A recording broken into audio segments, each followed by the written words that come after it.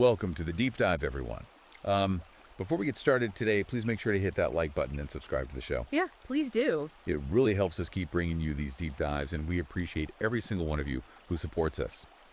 Today we have an incredibly intense, hyper-systematized, and frankly, highly provocative subject on the table. That is putting it mildly. Right. We are going to be looking at a brand new 2025 ebook. It's titled British Fourth Turning: Long-Term Decline, Deindustrialization, Engsoc, and Woke Oppression.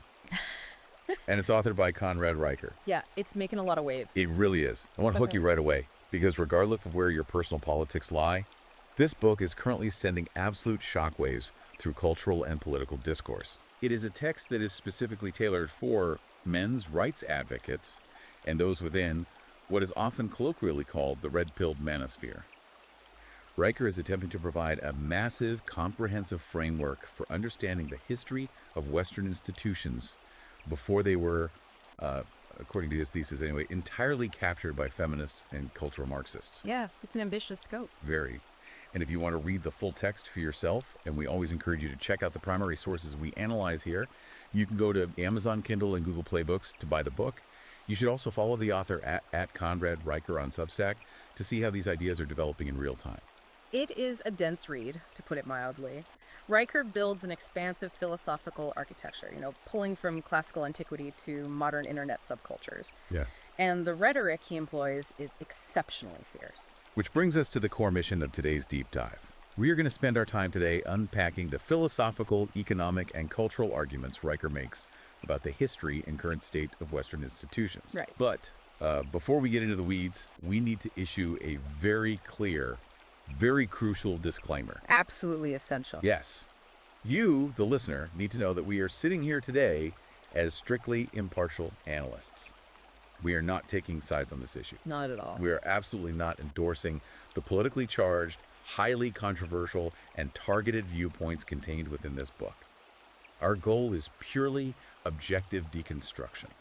We want to map out the architecture of Riker's worldview so that you can understand exactly what this growing anti-institutional movement believes. Exactly. We want to look at the historical data points they're utilizing and how they justify their conclusions. What's fascinating here is the overarching premise that Riker uses to set the stage for everything that follows. Let's hear it. He doesn't start from the position that Western civilization is in a temporary slump or, a manageable decline. He argues that the West is in its literal death throes. Death throes. That's his phrase. Yes. According to his framework, we are not witnessing random bureaucratic incompetence. We are witnessing a deliberate, systemic collapse orchestrated from within. Orchestrated by who, in his view? He places the blame for this collapse squarely on what he terms a gynocentric priesthood and cultural Marxists.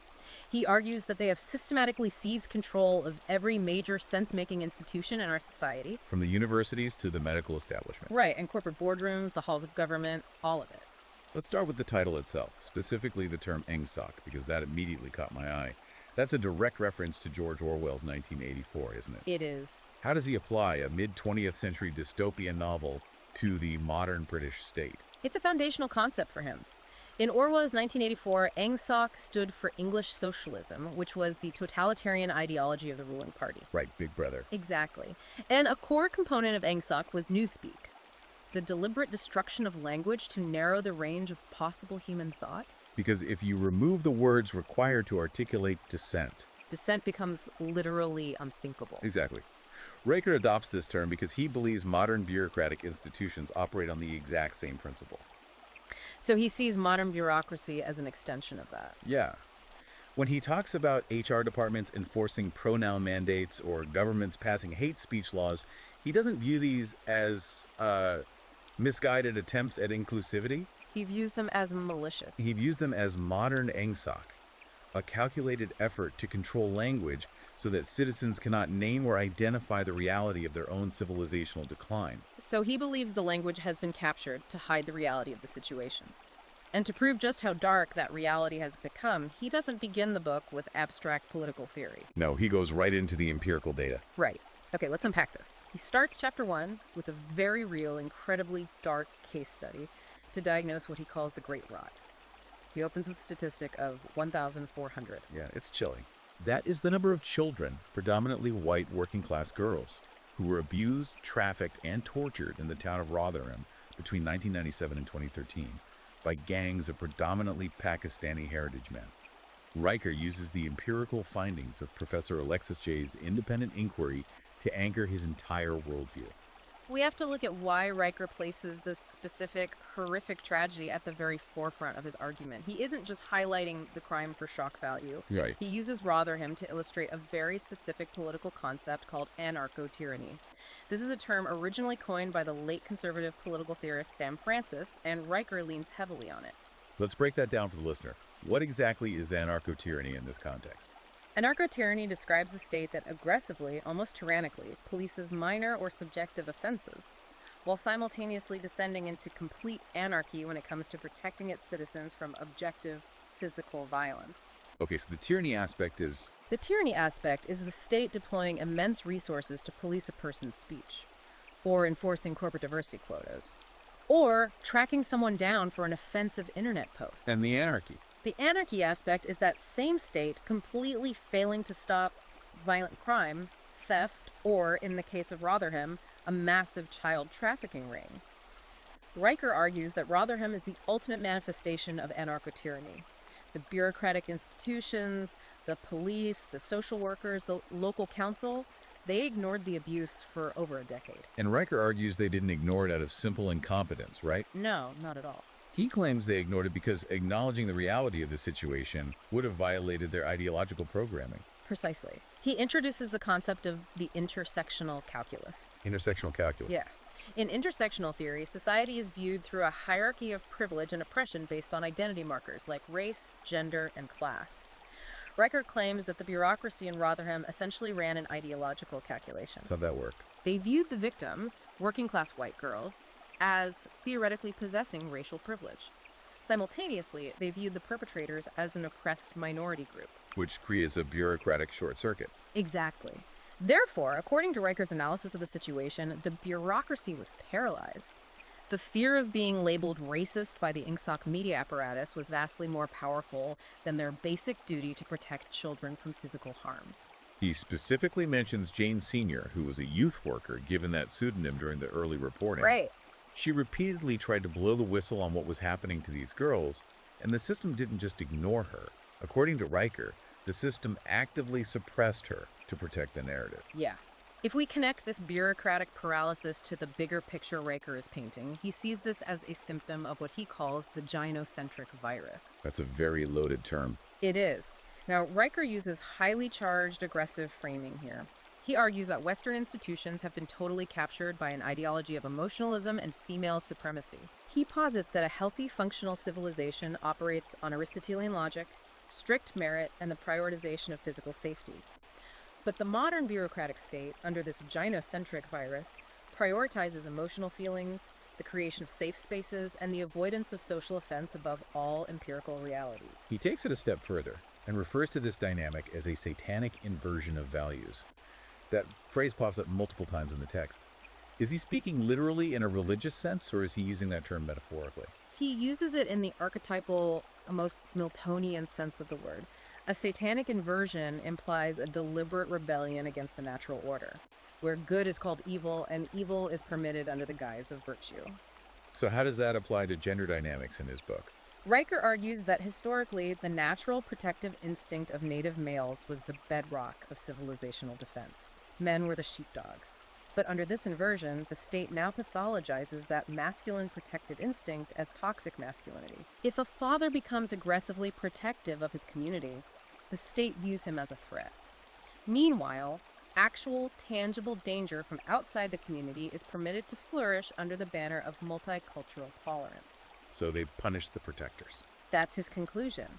That by demonizing the traditional male protector role to satisfy feminist ideology, the state has declawed the sheepdogs while intentionally leaving the gates open for the wolves. He leans heavily on the 19th century philosopher Arthur Schopenhauer to make this point about human psychology, doesn't he? He does. Schopenhauer wrote extensively and controversially about the differences between male and female psychology. And Riker utilizes Schopenhauer to assert what? To assert that a society running on what he calls female time, which he defines as the perpetual seeking of immediate emotional comfort, consensus, and conflict avoidance, cannot sustain the hard, logical boundaries required to maintain a civilization. Okay, so a lack of boundaries. Right.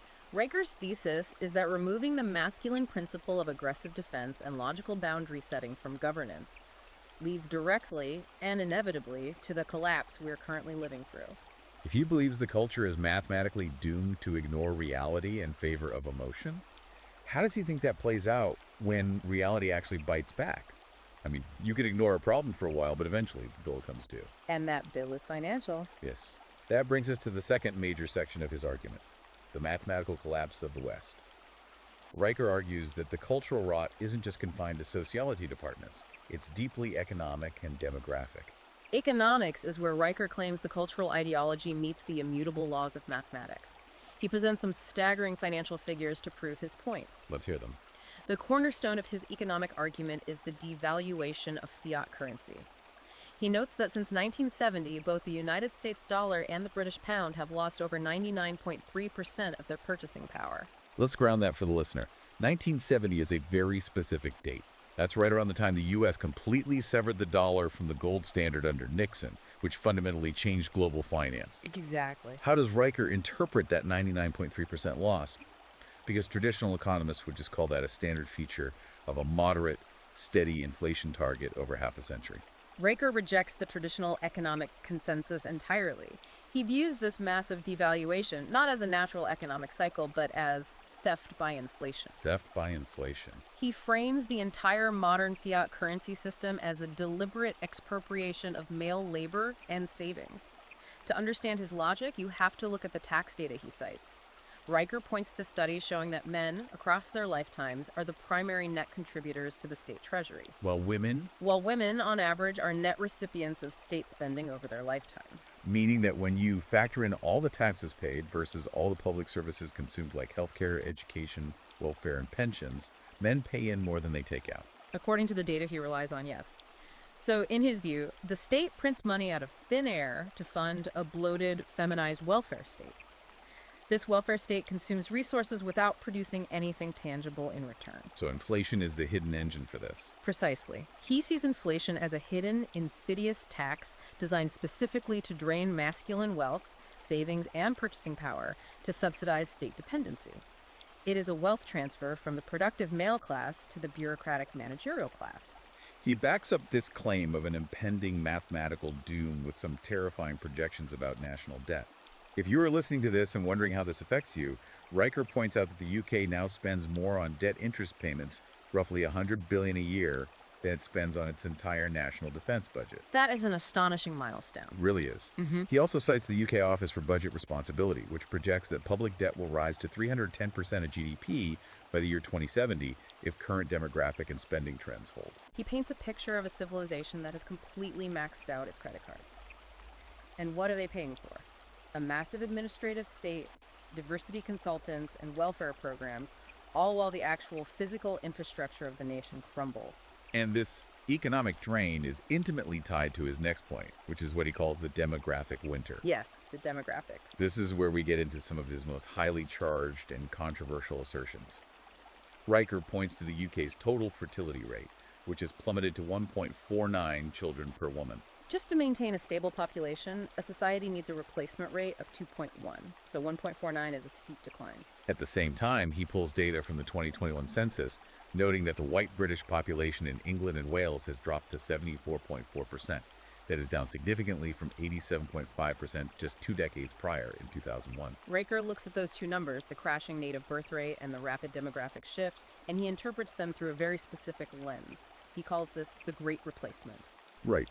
Now, many sociologists argue that demographic shifts are the organic result of globalization, urbanization, and changing economic patterns. But Riker vehemently disagrees. He insists this is a deliberate, mathematically calculated strategy by the ruling elite. Walk me through that logic. Why would the elite intentionally engineer a demographic collapse of their own population? According to Riker, the native male population has become increasingly alienated, economically disenfranchised, and spiritually hostile to the modern state. They're waking up, essentially, in his view. Yes. The elite recognize that this native voting bloc is turning against them. Therefore, to keep the economic Ponzi scheme of the welfare state running and to maintain their grip on power, the state is essentially importing replacement labor. And a new voting base. Exactly, an entirely new, compliant electorate from the developing world. He argues that the state doesn't just passively allow this to happen. He claims it actively subsidizes the demographic collapse of the native population. He targets the tax system specifically. Right. Yes. He argues the modern tax system creates a massive marriage penalty. He claims that policies actively punish traditional dual-income nuclear families by taxing them at higher effective rates when combining incomes. While subsidizing alternative structures. Right. Simultaneously subsidizing single motherhood through housing benefits, child tax credits, and welfare prioritization. In Riker's philosophical framework, the traditional nuclear family headed by a patriarch is the fundamental building block of any functional civilization. By financially incentivizing its destruction, he argues the state is committing demographic suicide. He also brings up abortion statistics to hammer this point home. He notes that there are over 200,000 abortions performed annually in England and Wales, funded by the state. He uses that aggressive phrasing again, calling it a form of satanic depopulation. He views these policies not as women's health care, but as a coordinated, state-sponsored attack on the biological and cultural reproduction of Western society. It is an incredibly bleak diagnosis. Right. If we accept his premise for a moment, he is saying the wealth has been stolen through inflation, the foundational family unit has been smashed by state incentives, and the native population is mathematically shrinking itself out of existence. That's his argument in a nutshell. Which naturally leads to a massive question. If this is all true, how did we get here intellectually? How did a seemingly rational bureaucracy convince an entire population to go along with policies that, according to Riker, are mathematically guaranteed to destroy them? And that brings us to Chapter 7 of his book titled The War on Logic. Right.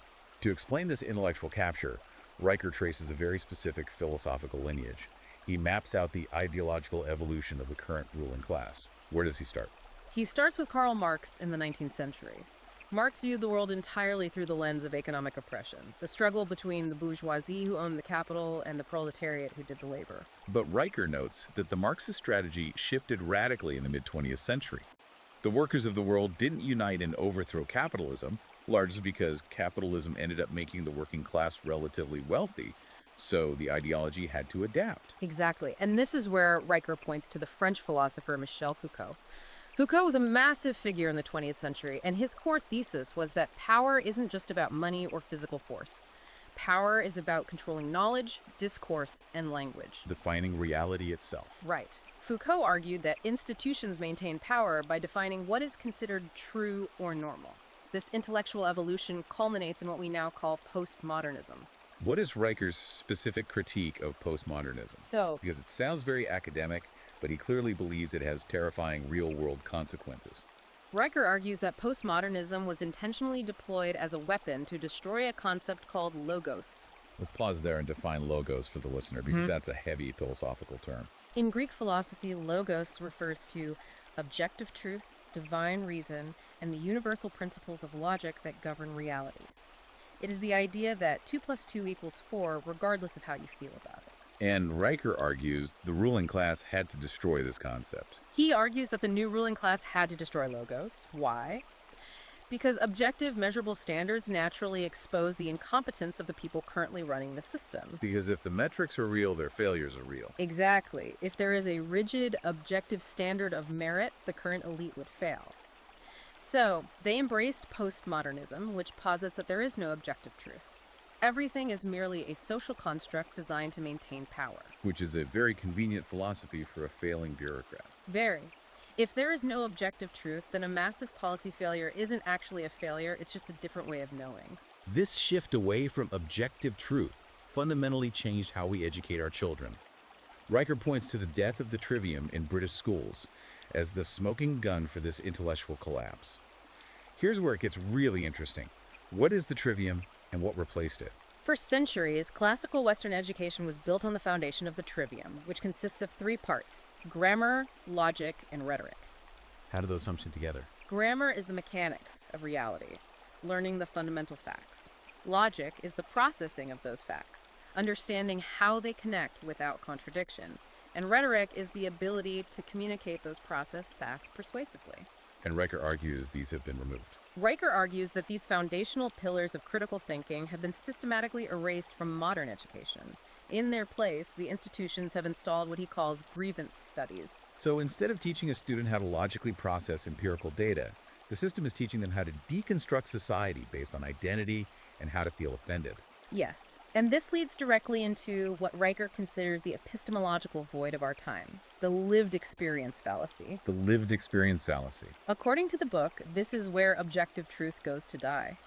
Riker asserts that modern institutions treat subjective emotional discomfort, specifically female emotional discomfort, as an undeniable, supreme truth that cannot be questioned. How does that play out in everyday life? If someone is listening to this, how would they encounter this lived experience fallacy? Riker argues that if a man brings a data-backed empirical argument to a discussion in a corporate boardroom or a university classroom, and that data conflicts with the prevailing intersectional narrative, he is immediately dismissed. Not debated, just dismissed. Dismissed. He isn't defeated by a counter-argument. He is dismissed as being privileged.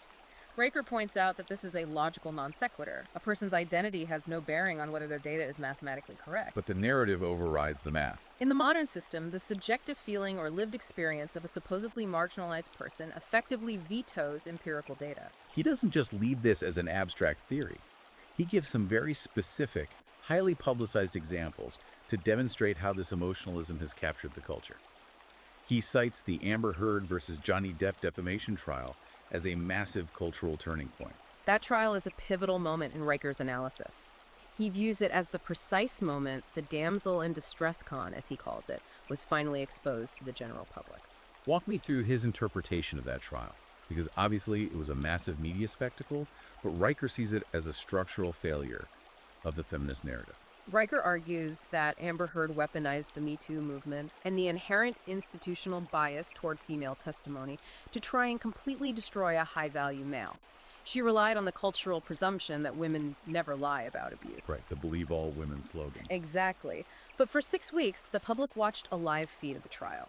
When the evidence was actually shown, when the audio recordings were played, and the logic of her claims was subjected to cross-examination, the narrative completely collapsed. The empirical reality exposed the emotional manipulation.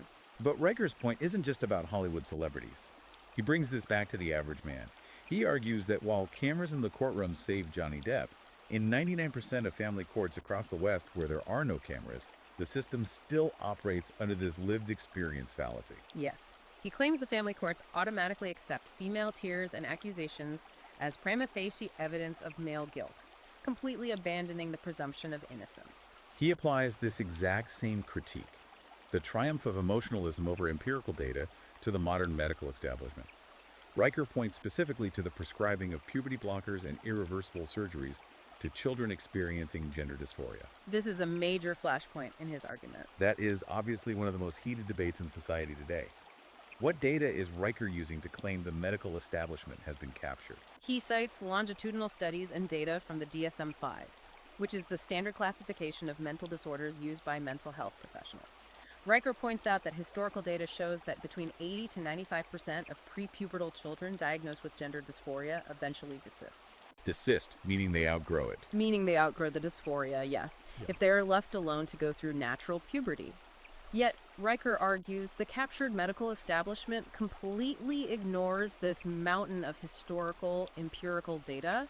Instead, they have adopted an affirmation-only model. So they ignore the 80 to 95% desist rate. In his view, doctors are mutilating children based on the emotional, anecdotal whims of the moment, driven by political ideology rather than biological reality. The erasure of reality and the policing of language doesn't stop at the hospital doors. It goes straight into the criminal justice system. Riker uses two very chilling, very specific arrests in the UK to prove that the state has entirely weaponized justice against its own citizens. First, he brings up the case of Harry Miller. Harry Miller was a former police officer. He was investigated, interrogated by the police, and had his incident recorded as a non-crime hate incident, simply for retweeting a humorous limerick that mocked transgender ideology. The police literally knocked on his door to check his thinking over a poem on the internet. And the second case he brings up is Isabel Von Spruce. Yes, she was arrested in Birmingham. She was standing on a public street near an abortion clinic She wasn't holding a sign, she wasn't speaking, she wasn't blocking anyone. She was arrested for praying silently in her own head. How did they even know? The police officer explicitly asked her if she was praying, and she said she might be praying silently, and she was arrested. So, tying this back to his overarching theory, Riker uses these cases to solidify his anarcho-tyranny thesis. While actual violent crime is effectively decriminalized in many major cities, the state is spending taxpayer resources to monitor retweets and literal thought crimes. The conclusion Riker draws from these cases is profound. He argues that the state has entirely surrendered its traditional, legitimate monopoly on violence. A state's primary function is supposed to be the protection of your physical person and your property from objective harm. Instead, it's doing what? Instead, its primary function has become policing pronouns and crushing any intellectual, spiritual, or logical dissent against its intersectional ideology. By criminalizing silent prayer and internet jokes, the state is openly asserting ownership over the minds of its citizens. It is psychological warfare, according to his framework. But if the mind of the civilization is captured by this ideology, what happens to the physical world? You can't run a power grid on grievance studies. No, you cannot. That brings us to Body Section 4, where Riker zooms out to look at geopolitics, deindustrialization, and the military. He talks about the suicide of industry and is incredibly critical of what he calls the modern service economy and the green agenda. To truly understand this critique, we have to look at Riker's foundational economic philosophy. He derives this from the 13th century theologian and philosopher St. Thomas Aquinas. That's a massive leap. How does Riker apply a medieval monk's philosophy to a modern digital economy? He adopts a Thomistic view of wealth. For Aquinas and for Riker, real wealth is not an abstract concept. It is not a number on a computer screen, it is not a derivatives market, and it is certainly not a diversity consultant's invoice. What is real wealth to him? Real wealth is the physical capacity to transform raw, natural matter into a useful state. True wealth is forging steel, growing wheat, mining silicon, and generating energy. So he makes a hard distinction between the people who manipulate symbols of wealth, like bankers and bureaucrats, and the people who actually produce the physical reality we live in. Exactly. And because of this, Riker argues that the West's pivot away from manufacturing and toward a service economy is a catastrophic categorical error. He likens the modern service economy to a parasitic regression. A parasitic regression. It is a biological impossibility where everyone in a society is acting as a servant in a domestic global economy, delivering food to each other, writing emails to each other, policing each other's speech, but no one is actually a primary producer of tangible physical goods. He uses the shutting down of the blast furnaces at Port Talbot in Wales as a prime example of this amputation of competence. For those who don't know, Port Talbot was the largest steelworks in the UK, and shutting down its blast furnaces meant the UK lost its ability to produce virgin steel from scratch. Riker says we traded the anvil for the headset. Traded the anvil for the headset, and he places the blame for this deindustrialization squarely on the green agenda. He views the green agenda not as an environmental necessity, but as a deliberate mechanism for deindustrialization. He points to Germany as a canary in the coal mine for the rest of the West. Germany essentially committed industrial suicide by voluntarily shutting down its highly efficient nuclear power plants and coal facilities in favor of green energy ideology. And the result of that? As a result, they gutted their own industrial heartland because they no longer had cheap, reliable energy to forge things. Riker sees this as the ultimate expression of female bureaucratic policymaking, destroying long-term, hard industrial capacity for the short-term emotional gratification of feeling like you are saving the planet. And when you hollow out your own industrial capacity, it has terrifying geopolitical consequences. Riker outlines a very dire warning about the coming clash between the East and the West. He contrasts the two spheres very sharply. He argues that nations like Russia and China have not succumbed to the gynocentric virus. Regardless of what you think of their forms of government, Riker notes that they still operate on principles of hard power, natural law, thermodynamics, and masculine hierarchy. They prioritize the physical world. They prioritize securing borders, securing cheap energy, and dominating industrial manufacturing. The West, meanwhile, is bogged down by what he calls a feminized foreign policy. What does a feminized foreign policy look like in practice, according to Riker? It is a foreign policy that fundamentally misunderstands the nature of power. It is a belief that you can stop a kinetic military adversary by hosting diplomatic conflict resolution workshops, or threatening economic sanctions that hurt your own citizens, Or sending out strongly worded tweets about human rights? He predicts that the ultimate flashpoint for this ideological clash will be Taiwan. And he highlights a very specific, terrifying detail regarding the supply chain. When Riker talks about geopolitics, he's not just talking in the abstract. He's talking about the reality of your daily life. Yeah, the Taiwan piece is huge. Taiwan currently produces roughly 92% of the world's most advanced semiconductors. Everything from the smartphone in your pocket to the advanced guidance systems in our military weaponry relies on them. Riker argues that China will inevitably make a kinetic move to take Taiwan by force, and he suggests this will likely happen before the end of the decade, perhaps by 2027. Why so soon? Because the Chinese leadership looks at the West and sees profound structural weakness. They see a society led by politicians who are essentially gender studies graduates rather than warriors. And this perception of weakness isn't just a cultural critique. Riker argues this ideology has fundamentally compromised the physical lethality of the military itself. This is where he brings in data regarding physical standards. Riker points out that Western institutions have severely compromised their kinetic capabilities by systematically lowering physical standards to meet diversity, equity, and inclusion quotas. He gives some examples. He cites the British Fire Brigade, which systematically lowered its upper body strength requirements specifically to allow more female recruits to pass the physical exams. He points to similar relaxed standards across military recruitment and special forces training. The implications of that in a war are pretty grim. Riker's argument is stark. You cannot bluff a serious geopolitical adversary like China when your military is openly more concerned with the gender pronouns of its officer corps and maternity flight suits than with actual ballistic capability and brute strength. The East understands thermodynamics, physics, and mass. The West is trying to run a global empire on emotional feelings and equity targets. So if we step back and look at the picture Riker has painted, we have a diagnosis of absolute systemic failure. The currency is debased, the demographic core is shrinking, objective logic has been replaced by emotional grievance, industry has been offshored, and the military is compromised. It is a total systems failure in his eyes. The natural, immediate question any listener might have is, okay, if things are this bad, how do we fix it? How do we vote these politicians out and pass new laws? Riker dedicates chapter 13 to addressing this exact instinct. He calls it the fallacy of reform, and he completely attempts to destroy the idea that voting is going to save anyone. He brings up the classic paradox of the ship of Theseus. This is a brilliant use of classical philosophy to explain modern political gridlock. Aristotle's thought experiment regarding the ship of Theseus asks a simple question. If you replace every single wooden plank, every sail, and every nail of a ship over a period of time, is it still the same ship? How does that map onto our current political system? Riker takes this ancient paradox and applies it to the modern British state, and by extension, the entire Western bureaucratic apparatus.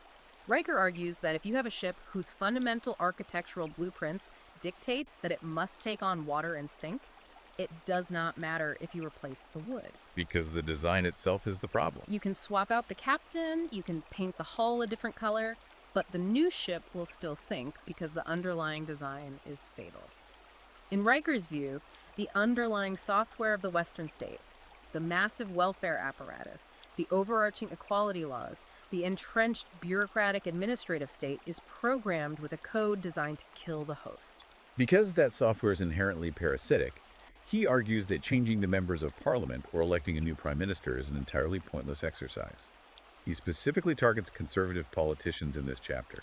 He uses the former UK Prime Minister Rishi Sunak as the prime example, calling him and the entire Tory party an illusion, a concept he refers to as controlled opposition. He is incredibly harsh on mainstream conservatism. Riker argues that politicians like Sunak do not exist to actually conserve the nation or reverse the decline. They exist merely as a societal pressure valve. A pressure valve for who? Their function is to absorb the righteous anger of the economically productive masculine voters, giving them the false hope that if they just vote a little harder next time or donate to a new campaign, things will fundamentally change. But in reality, Riker points out, these so-called conservatives govern exactly like the left. They don't actually dismantle the ingsoc state. No. Once in power, they continue pushing net zero energy agendas, they continue raising taxes to fund the bloated bureaucracy, and they enforce the exact same ingsoc ideologies that are destroying the country. So if reform is a complete fallacy, if the system is mathematically programmed to destroy the native male population regardless of who wins an election, what is the rational response? So what does this all mean?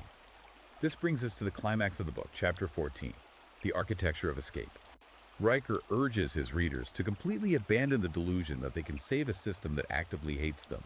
Instead of trying to wield a voice in a rigged democracy, men must engage in strategic withdrawal. They must exit the matrix entirely. This concept of exit over voice is the defining call to action in the book. Riker is essentially arguing for a peaceful but total civilizational divorce. What does that actually mean practically? How does a normal guy who works a 9-to-5 job exit the system? Riker lays out a highly detailed blueprint for building what he calls the new manosphere Jerusalem. It's all about building parallel, decentralized institutions that the state cannot control. Let's break this down, starting with the most crucial element, economics. If the fiat currency is a mechanism for theft by inflation, how do you escape the bank? Riker says the escape hatch is Bitcoin. And he doesn't just view Bitcoin as a speculative investment, he views it philosophically. He calls Bitcoin the ultimate return to logos. Walk me through that logic. How is a digital cryptocurrency a return to objective truth? Because of the underlying mathematics. Bitcoin has a hard, mathematically encrypted cap of 21 million coins. It is immutable code. It does not care about your feelings. It cannot be inflated by central bankers trying to fund a new welfare program. And it doesn't have diversity quotas. It's purely objective. Right. Riker argues that by adopting Bitcoin and by actively moving labor and transactions into the decentralized gig and cash economy, productive men can systematically starve the tax farm. If the state uses your taxes to fund your own demographic replacement and to police your speech, the only moral action is to legally and technologically withhold that capital. That economic secession is paired with a radical rethinking of how these new parallel communities will govern themselves. Within these new networks, Riker advocates tying voting rights strictly to net tax contributions. He relies heavily on the empirical claim we discussed earlier that men are the only demographic group acting as a net lifetime contributor to the state treasury. Therefore, his parallel governance model dictates a return to a very old concept, that only those who actually produce the surplus value, those with real financial and physical skin in the game, should have a hand on the steering wheel. No representation without taxation. It is a strict enforcement of that, yes. If you are a net drain on the system's resources, you do not get to vote on how those resources are allocated. But it's not just about money and voting mechanisms, it's deeply cultural. Riker argues that men need to create exclusively male-only spaces to rebuild the protector archetype and foster stoic virtues without the suffocating oversight of HR departments or the gynocentric virus. And here is where he introduces a wild, highly tactical legal maneuver. He actually advises men to exploit the religious exemption clauses within modern equality acts. This is where Riker moves from philosopher to tactician. He recognizes that if a group of men simply tries to start a private club, the state will use discrimination laws to shut it down or force integration. So his solution is to weaponize the state's own bureaucratic rules against itself. He suggests forming what he calls philosophical guilds, like a church of logic or an Aristotelian society. I read that section and it blew my mind. He is literally suggesting that men register their biological reality and their adherence to objective logic as a formal religion. Yes. By framing these male-only spaces and networks as sincerely held religious or philosophical orders, men can legally claim protected status. They can use the Equality Act's religious exemptions to bypass the surveillance, the censorship, and the mandated diversity of the state apparatus. That is quite the loophole. It is a legal firewall designed to give men the space to rebuild the trivium, teach their children, and network economically without state interference. This entire architecture of escape is ultimately underpinned by a psychological framework that Riker terms the new male stoicism. The book concludes by invoking heavyweights like Arthur Schopenhauer, Thomas Aquinas, and the ancient Stoics like Marcus Aurelius. What is his final philosophical mandate for the listener? Riker's ultimate mandate is that men must cultivate absolute, unbreakable emotional detachment from the approval of women and the broader society. For decades, men have been conditioned to seek validation from the culture. And when the culture demands, they apologize. When the state, the media, or an HR department demands that a man apologize for his toxic masculinity or acknowledge his privilege, Riker frames this not as a moral failing on the man's part, but as a macro-level shit test. Let's define that term for anyone unfamiliar. A shit test is a classic concept derived from manosphere and evolutionary psychology. On an interpersonal level, it's a mechanism often subconscious used by women to test a man's frame, his confidence, and ultimately his genetic fitness. If a man becomes flustered, angry, or immediately apologizes to appease her, he fails the test. Riker is scaling that concept up to the level of civilizational politics, isn't he? Precisely. Riker argues that the modern feminized state is constantly testing the genetic stock and stoic frame of Western men. If a man bows to the pressure, if he apologizes for his nature, and accepts the unearned guilt placed upon him by the gynocentric order, he fails the macro test. He proves he is spiritually broken and fit only for servitude. The new male stoicism requires men to view these societal demands with cold, rational detachment. As Riker puts it, you do not argue with the toddler having a tantrum. You maintain your frame. Exactly. Men must completely stop seeking validation from a system that is mathematically and ideologically designed to destroy them. Instead, they must find their purpose in securing their own capital, protecting their own immediate tribe, and building the next iteration of Western civilization from the ashes of the current one. It is a staggering, sweeping vision. Let's summarize the core of this deep dive. Conrad Riker's British Fourth Turning presents a hyper-systematized argument that Western institutions are mathematically doomed. According to his framework, they're being crushed under the weight of insurmountable fiat debt, a collapsing demographic winter, and the total abandonment of Aristotelian logic in favor of a destructive, female-centric emotionalism and cultural Marxism that operates like Orwell's Ingsoc. And to briefly reiterate our neutrality as we wrap up, Riker uses incredibly aggressive framing.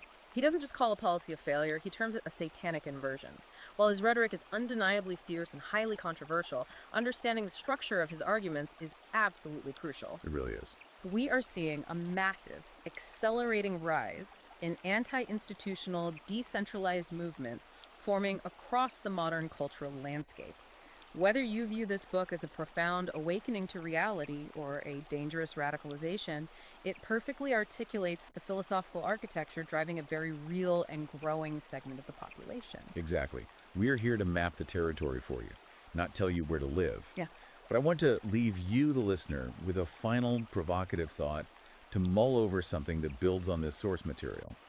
When Riker talks about the deindustrialization of the West and Taiwan's semiconductor monopoly, he's not just talking abstract geopolitics. He's saying that the supply chain for the car sitting in your driveway or the phone you are listening to us on right now is mathematically leveraged against a cultural ideology. It's all connected. Regardless of where you stand on Riker's intense sociopolitical worldview, his absolute focus on exit over voice, this idea of entirely abandoning legacy institutions to build parallel, decentralized networks like Bitcoin and private religious guilds, raises a profound question for the future of our society. The big question. When a significant portion of a society's foundational builders, the taxpayers, the engineers, the laborers, decides that the fundamental social contract is null and void, and actively begins to withdraw their participation, their labor, and their capital, can the center possibly hold? That is the defining question of the fourth turning. It truly is. Thank you all so much for joining us on this deep dive. We hope it gave you a massive amount of material to think about. Remember, please hit that like button and subscribe to the show so you never miss a deep dive. And finally, if you want to explore the source material and dive into the text for yourself, check out Amazon Kindle and Google Play Books to buy the ebook British Fourth Turning, and be sure to follow the author at Conrad Stryker on Substack. Thanks for listening, and we'll see you next time.